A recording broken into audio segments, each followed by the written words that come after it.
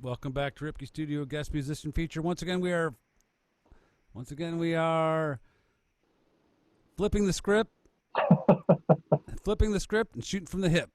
There we go. And don't you give me no lip. Haha. Today, Colin is asking me questions. Go ahead, Colin. What do you want to know next? All right, my segment number 2 on my very nerdy agenda for our thing here is entitled Musical Dan. So in this, I kind of wanted to delve a little bit into, I've spent a ton of years now playing music with you, and I kind of wanted to touch on, there are a bunch of things that make you really unique as a performer and a musician, as a human, and things like that. So I kind of wanted to touch on each of those things a little bit. So the first one I got, as I think about Dan Ripke as a musician, first and foremost, you just shred. You are a guitarist who is really, really, really technically proficient. You cover a lot of ground. When you solo, you can tear someone's face right off and hand it to them. I guess, tell me about a little bit on your path on getting there. Like, was it just straight tons of hours of wood shedding, or what kind of really guided your path towards your skills as a guitarist, I guess, really? I think, like, before I started playing music, I was really into sports. Mm-hmm. And I noticed, like, if there's something I wanted to get good at, like maybe free throws or layups, I just pushed myself to do them a whole bunch. Yeah. Like I would, something I like to do and I wanted to be good at. Like, nobody had to ask me to go practice, or anything like that. Yeah. But after a while you start to realize, well, I could do this forever, and I'm not going to be the greatest basketball player, the greatest. I mean, might be pretty good, but it's not going to go too far. Uh-huh. Although I did get drafted by the Celtics when I was 9, but right. And then when that Black Dog moment happened, and I started getting a guitar, I'm like, wow, this is with my fingers in my mind. Physically, there's nothing stopping me, really. So, and then when I learned a riff, like Purple Haze probably was one of the first riffs. Uh-huh. I would play it over and over. It was nothing held me back from the repetition part, because I could hear it getting better, and that just was natural for me. So that lent itself to the repetition and helps with the technique stuff. And I was growing up in like 87, 88. Everything was speed metal and Headbangers Ball, and you probably don't know that Marty Friedman and Metallica, and it was shred-a-mania then. Yeah, I had that phase. Van Halen, right? Those were the guys who were like, so that I kind of grew up in that element, that era. So that was kind of natural to want to do that. And of course, getting into the Grateful Dead and stuff, it's not quite shredding, but you can improvise for long periods of time. Yeah. And you can have shredding moments in there. But as far as the technique stuff, I think that was just growing up in that era. Also, clearly, and you obviously put the hours in to get there and stuff like that. But you also kind of, your music theory, and you also, I think, have spread out into lots of different genres. So, someone can, learn to play all sorts of fast stuff, but it's not interesting. It's not worth listening to, right? So, I think you really probably also, I guess, like I was saying, spread out into a bunch of different, like, how do you, do you feel like I work really hard to get at this one good thing, then I'm going to find something totally new to work on, or is it kind of more organic, or how do you kind of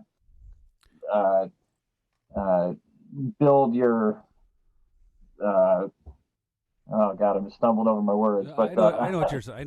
Yeah, how do you build your landscape of what your abilities are? Yeah, I think it's that Black Dog moment just happening over and over again. And of course, if I keep hearing Black Dog, it's not going to do it. But I some of them I can think of. Were you going to ask about concerts at all coming up? I had that on here. Yeah. Okay. Well, can I go into that? Yeah, go ahead. No, you're not allowed. No, bring it. So I started guitar around 12, and when I was 13, it was Black Dog, right? So when I was 13, Robert Plant was coming to Wing Stadium. in Kalamazoo where I lived. And I said, Dad, can we go? And my dad looked at the concert bill, and he looked, and he said, he saw Stevie Ray Vaughan was opening. Wow. He's like, yes, we are going. You say Stevie Ray Vaughan was opening for Led Zeppelin? For Robert Plant. Like Robert Plant. His band after Led Zeppelin. Yeah, they had a couple albums. They were all right. They played some Zeppelin tunes.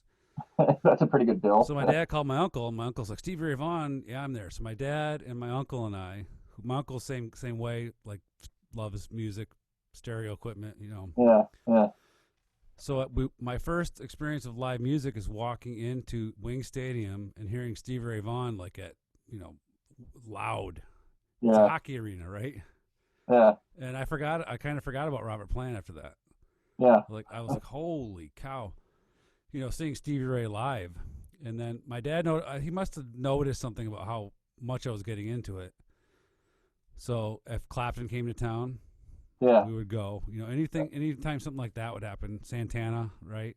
So I started getting this kind of a taste. Yeah. Like I was into all the shredding stuff because that's what all was current. But I was really enjoying like Stevie Ray Vaughan, Santana, Clapton, which has a little more flavor to it, right? Yeah. I was impressed with guys like Satriani and Yngwie Malmsteen and stuff, but I didn't listen to them. Yeah. I go, wow, that's cool, and then I would never listen to it again. That's most people's reaction, I think. Yeah. But so that's kind of the actual music came into it, and I didn't know any theory at all. Like I started learning some in lessons, but I started studying music theory and composition, and I got there. I was like, that was intimidating because everybody there could read music really well, and they knew a lot of stuff I didn't know yet. Yeah. Like I could play the guitar, but I didn't know all that, how to express it all. Mm-hmm. So that got me into the theory side of it. But another instance, like the Black Dog moment, Stevie Ray Vaughan was hanging out with some friends one night at we were just hanging out with his dad was building a house, so it was vacant, and we were just doing stuff like 16 17 years old, and we had the whole place to ourselves, and on the radio this music that blew my mind was there. Everybody was out swimming and stuff because they had a lake and stuff, and I got stuck to this radio. I listened to this song, and I looked down, it's like 45 minutes later or something like that, and it's still going. And I couldn't even tell you what kind of music it was. I'm like, it was so strange and so cool.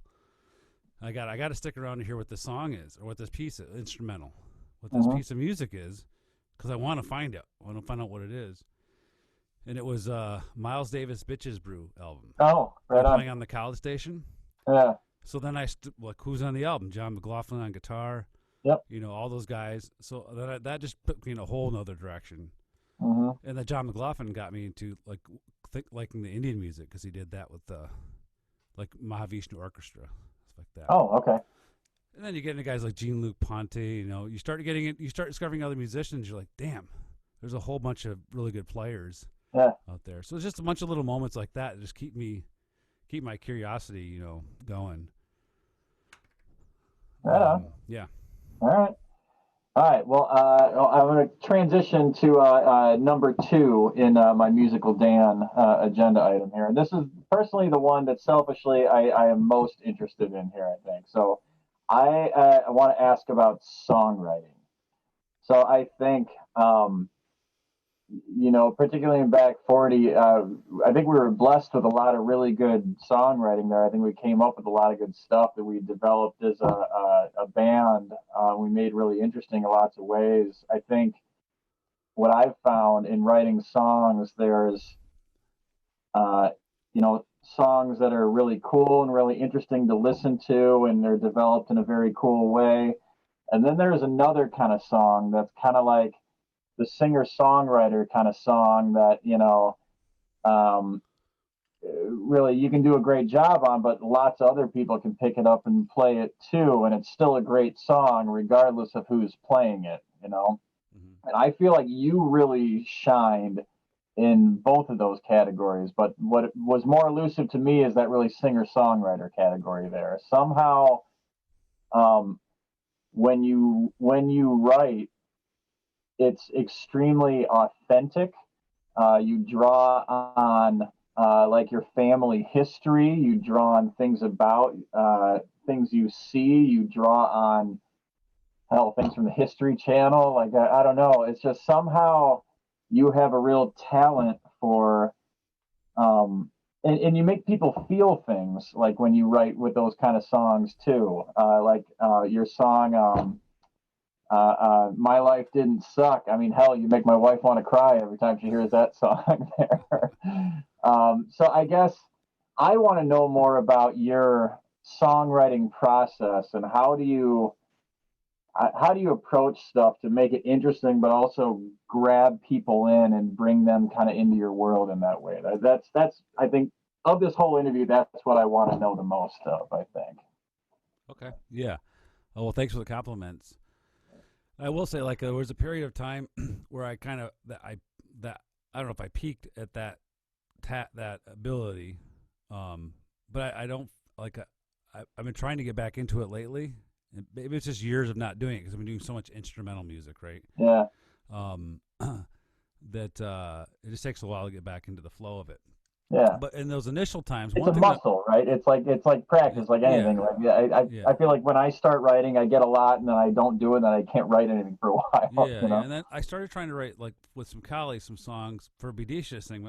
I had really struggled with that because what would she say in English that portrays what she's saying in her songs? And it's like I couldn't like do a song like Susie Jones for her, you know.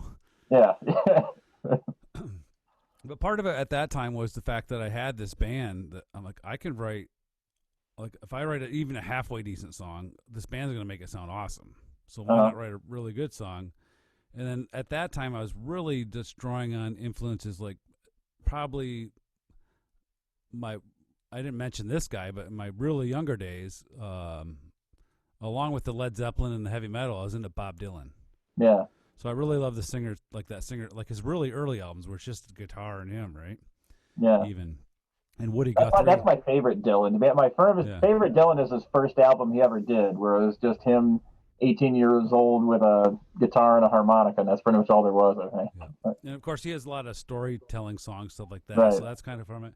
And then Neil Young, too, because my dad listened to Young all the time. He has some just really nice, beautiful songs. Like they're simple to play, but they're powerful.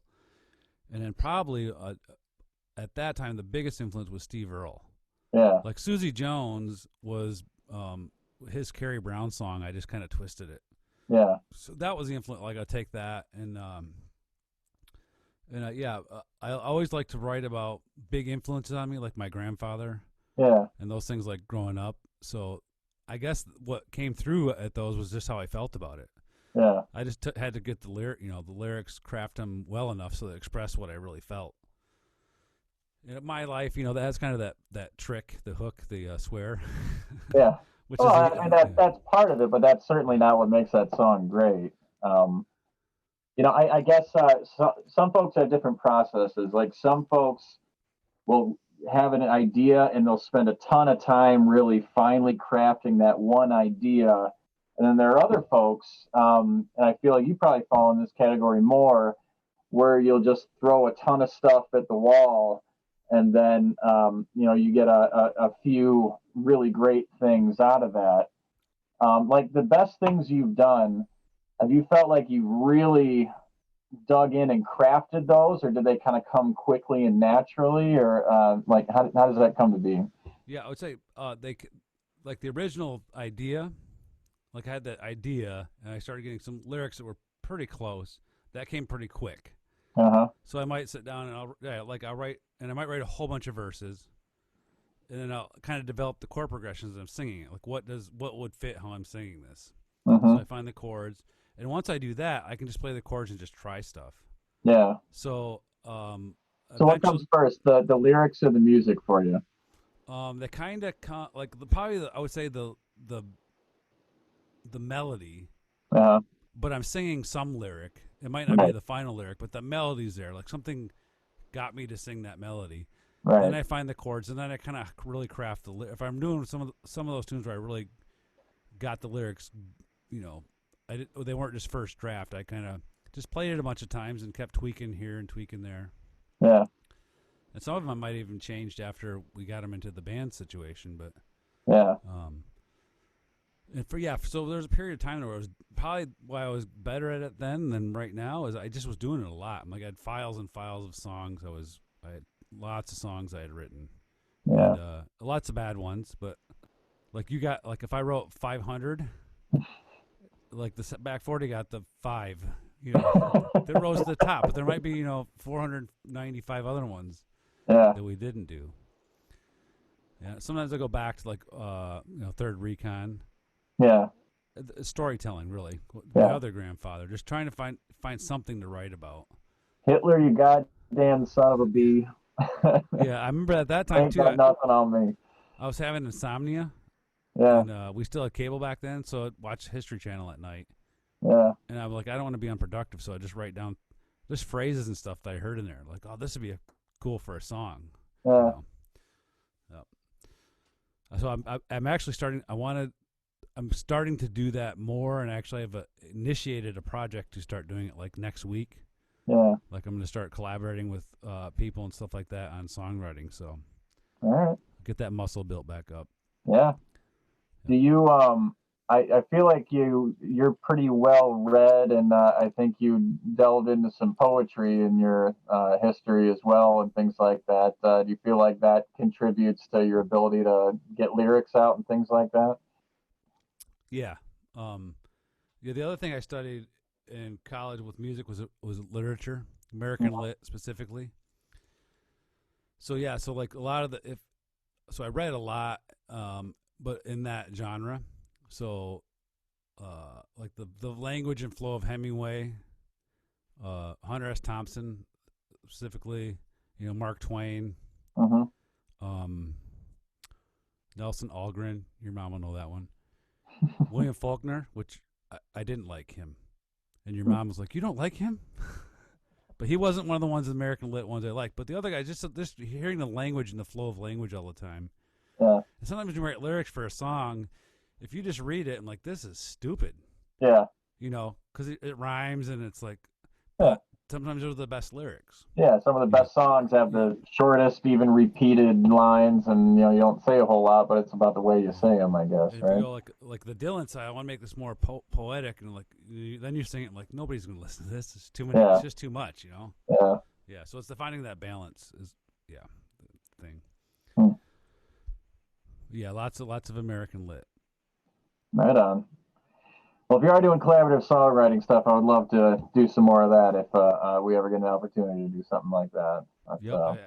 I first, and at this time, I'm starting with like musical fragments. So I'm doing it a little different this time. I haven't written any lyrics yet, but I started writing, like I said, I'm going to do open G tuning. I'm going to find some stuff to compose, and then I can put the lyrics to it later. So for this particular one song I'm doing, it's not a song yet, but. You ever see that movie Walk Hard with Dewey Cox, and it's kind of like the spoof on Johnny Cash and the Ray Charles stuff, where he walks around and all of a sudden he's struck with this idea for a song where he's like, walk hard. I'm going to walk hard. Does it ever kind of hit you like that, like the singing sort of hook where you just it comes out of the ether to you, and then all of a sudden this is brilliant thing that you eventually build into a song? Yeah, sometimes I get hit like that. Yeah. And maybe it's because I'm listening to something, and I'm like something in my mind's kind of creating something to go with what I'm listening to. Yeah. Or I'm just following the chord progression. I'm like, I got to hit stop. Yeah. Then I get the voice memo thing out, and I might sing like 20 in the car, driving, sing like work out some verses. So that's one thing I got to all these voice memos of I have no idea what's on there. It's things I thought of in the car. Yeah. And I just start creating verses out of it. Yeah. Maybe I can make it into a rap album. Yeah, so I have like probably 100 voice memos there to go through for lyrics. Yeah. When I start this project. So. All right. Well, thank you. I definitely wanted to dig into that one. So move on to the next musical Dan one I had, the stage antics wackiness. So that's something that prior to playing with you, and John was kind of into this some too, I think, but you have a real energy for just doing weird stuff on stage, like the theatrics side of it. And, there are lots of examples, essentially just to play with the crowd. We would read passages of romance novels in the middle of a open hippie jam as like a spoken poetry thing. And, we would pretend to drink way too much whiskey or something like that. Or we'd have weird signs to play with the crowd and stuff like that. Tell me about some of the inspiration for that and what sort of lights you up about that kind of stuff and that whole deal. I think that's just like beyond the music. I kind of like the just the theater of it. Yeah. And I think that's like I was influenced by a few musicians like Frank Zappa. He would do weird stuff. And then in like learning about the concept of Dadaism, like just nonsense stuff. Yeah. And then John Cage. Yeah. Like Charles Ives. Who you know about Charles Ives? I don't actually. Yeah, they like write a piece like back in the 1920s probably. But he'd write a piece back then, and he'd have like weird chords in them, which was strange back then. And he'd write a piece for like two marching bands to play two different pieces and march through each other. So just it was like just nonsense, fun stuff, just kind of comedy, right? Yeah, just playing around with music. That stuff always I thought was cool, an idea. So putting that in, and also just the theater of it, like theater of humor and comedy. So some of those ideas I would watch late night shows and borrow ideas from there. Yeah. Like anybody who had a shtick. Yeah. It just kind of I thought it added to the show because if you just hear music all night long, like I tend to start to, even if it's all like if it's even a whole bunch of different kinds of music, after a while it's nice to have a little break in there and just goof around. Fish did some strange things too. Yeah. Like chess games and bouncing on trampolines, and vacuum cleaners. So I just always thought stuff like that was interesting as far as a show perspective to throw in.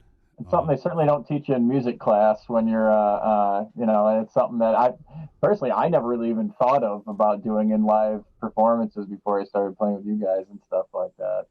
Some of that might have come from like when you can tell you can start to lose the audience. Yeah. You can do a little shtick and suck them back in, it just refreshes the room a little bit sometimes. Yeah. Yeah, so it's just fun little stuff.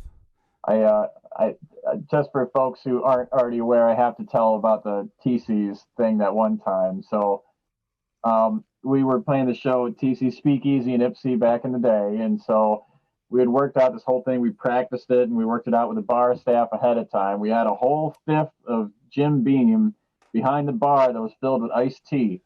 And so Dan goes up on stage and he says, hey, barkeep, I'm going to dedicate something here. Why don't you bring me some bourbon here?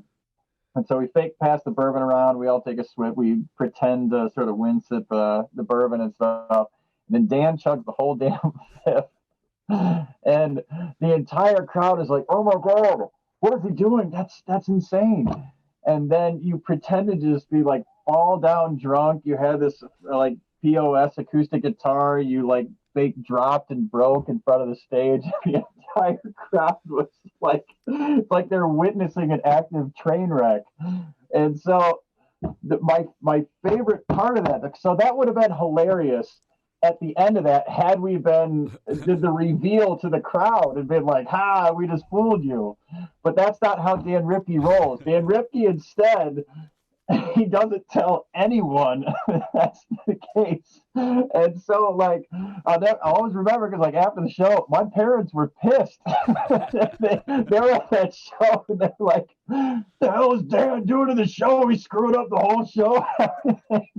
And it's one of those things you never think about because like I would have thought, yep, you bring the crowd in, you let them in on the joke, but we instead went the whole Andy Kaufman route where the joke was mostly for us, but it was epic. And like I just remember that in a way more intense way, and that's just a very powerful, different way to do the stage antics and things like that. Yeah, it totally makes me think of like Andy Kaufman, like just messing with the audience, kind of just here, but the other folks may have a different experience, and that's powerful too. And I don't know, I just had to share that because that was one of my favorite memories of that kind of stuff, and I thought that was pretty cool. Yeah, I did that one twice. That was the second time. Maybe that was the first time. No, a second time because I did it with the gig with Adam up north. But yeah, I think ordering it from the bar was the key to that. Yeah. And I put a little mark in the bottle because I didn't want him to give me the wrong bottle. But I'll take it to the bar. I'm like, I'm going to ask for this. And you bring this one to me. Yeah. Yeah. And it took time. Actually, that to do a thing like that, I had to match the color perfectly with the tea. Yeah. And it was hard to drink that much tea. Yeah. But I think I did the whole drunk bit, and then we went into this next groove, and then it was fine. Right. And I just forgot to say it was a joke. I'm like, oh, they can tell I'm so fine that now. Wasn't intentional. That was just sort of a forgetful. It's just the way it rolled out. Yeah. Another one like that is Adam and I did. We bought fake lottery tickets at the gag store. And we did like I don't know, trivia or something. Whoever won, you got a card, and they opened up lottery ticket, and we could see him over there. We went on to the next thing, and we could see him over there like opening up and scratching it, and all of a sudden this crowd gathered around them, and you could tell the lady's like freaking out because she won $50,000 on the card. And and it says on the back, this is a novelty, not a real card. So I figured they'd read that and flip it over and go, But this became a scene. Like they were going to get some armed people to help take her out. Yeah. And she was like, I have to leave now. We have to go take us to the safe. And I'm like, oh, fuck, I got to tell this lady. Oh, sorry. Oh, shoot, I got to tell this lady. Oh, beans. And that was hard. That was hard to do that one. But I did tell her. I couldn't let her go. I couldn't let her take that. So sometimes that backfires. Is one of those, so aside from those examples, or were those like the weirdest like stage antic thing you've done like that before? Because you put on like a whole freak show event before and all that kind of stuff. And I forgot to mention all that. Yeah, so we did a multi-day music festival with like film, art, poetry readings, dance, and music. And we did some weird things at that one just because we had all those different venues to do it. But that was kind of more like we're going to have bands all day long, then an improv session with all the musicians throughout the day with a liquid light show. And then first night after all the music's done, you can go check out a dirty puppet show. Second night, it's a movie in the pavilion, like Rocky Horror Picture Show or something like that. So we could put weird things together, but that was a long time ago. I forgot what else I was going to say. Oh, some of the other weirder things. Oh, one time every week we had this weekly gig. I did a different guitar trick every week, like playing behind the head, playing with my teeth. I had a hard time outdoing myself. So eventually I would play Blackbird standing on my head. So I got on my head, and Adam actually had to hold my legs up because I had to use my arms. And I made it through almost all of Blackbird upside down. And I kind of started to pass out, and I came down, and I crunched my knee into the back of my guitar. Oh, nice. You know, the Ovation, the rounded one? Yeah. And I kind of crunched the back of it a little bit. I thought those were indestructible in the back there, not so much. Not if you bang your knee right into it from, falling down. There's probably a bunch of things we did, but those come to mind, yeah. Right on. All right. So we covered the last one. The one other one I had on here was, I think, really the business side of the music and things like that. So I think like really every band that ever sort of gained a little bit of or a lot of significance really had the one guy who really had their act together, had their executive skills and all that kind of stuff. And for us, that was you.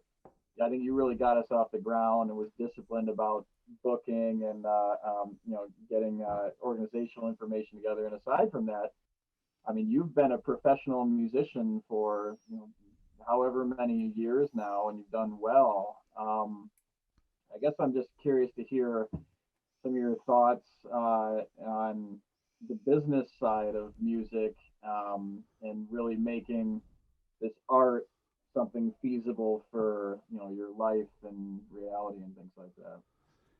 Yeah, it might be different for different people. Like if Back 40 had got offered like $8 million to record an album and go on tour and stuff, that might have been the way to do it.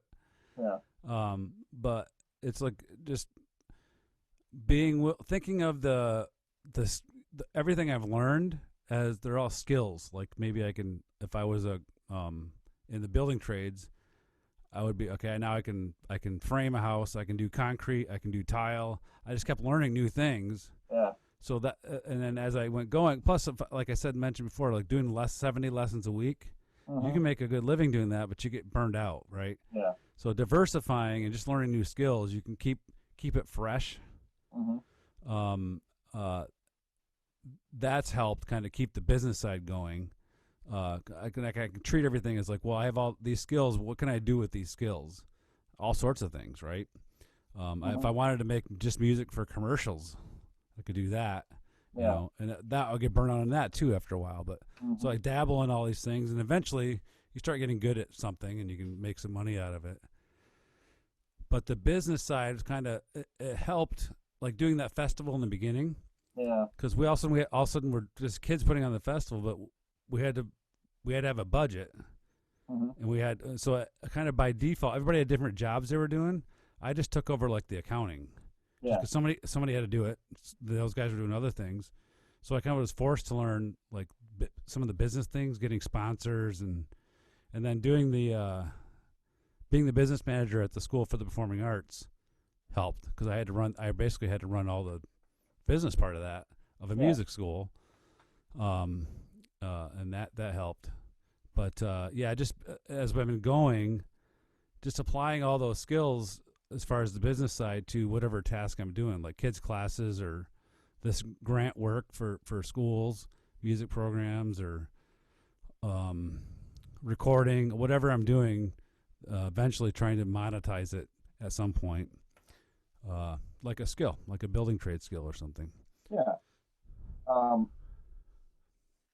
I don't know. I think that's sort of a rare skill. Like, particularly in music, it's artsy, creative folks that really have that side of the brain working. And a lot of times, a lot of people really struggle with the other side that really gets down to the organizational and those sorts of things to make it become a reality and things like that. Well, it's hard. I would rather do just the artsy stuff, really. Yeah, I know, we all would. But kind of the business side that creates the like if I want to play a gig in front of an awesome crowd like Founders or something. Yeah. Well, first of all, you got to Founders to book you. Yeah. So you got to play all these other gigs. I'm like, was like I want to have that experience. So what do I need to do to get that experience? Yeah. Or I want to play this big festival. You just got to hustle, get their attention. Keep playing gigs like we did back in the day. Yep. But where we peaked, like 2008 or so, 2009. 2007 is when we had all the super cool festivals and everything there, I think. I think as far as prestige of gigs, that was probably at the peak of our arc, I think, there. But, just doing whatever work, like watching the Grateful Dead on stage, and just doing whatever work it took to have our little tiny Grateful Dead moment on stage. Yeah, exactly. Yeah, like I want to get into Hiawatha because I know that's going to be cool, and to hustle to get into all those things all the time. Right on. Well, I feel like I'm having a little bit too much fun talking here. Are we getting too long-winded, or how are we doing here, Dano? We're fine. Whatever you want to do. Right. Should we do a doodly-doo and then do a part 3 coming up next year? Does that sound good? Sure. All right, let's do that. All right, so we will be right back at you.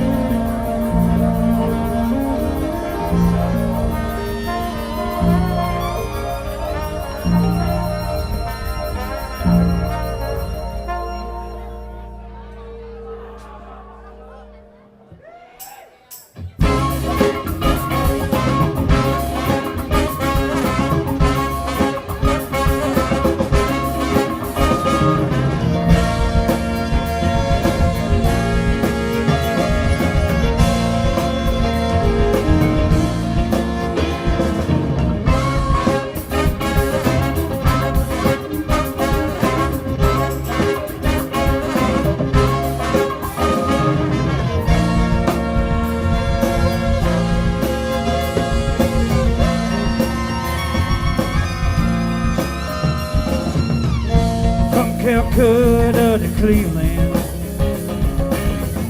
I've been a lonely son of a bitch.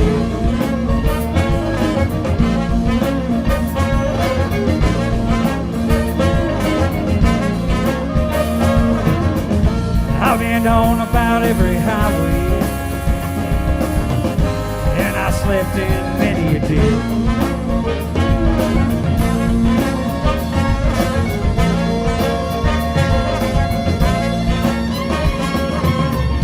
Like old Buddha and Shiva, Hemingway and Kerouac.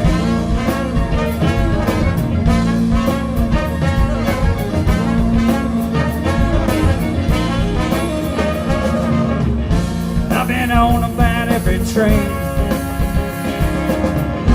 and I've been to hell and back.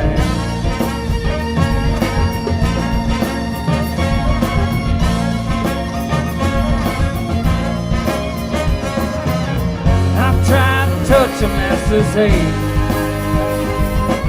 when I slip this motor beside of the stand. This crazy land.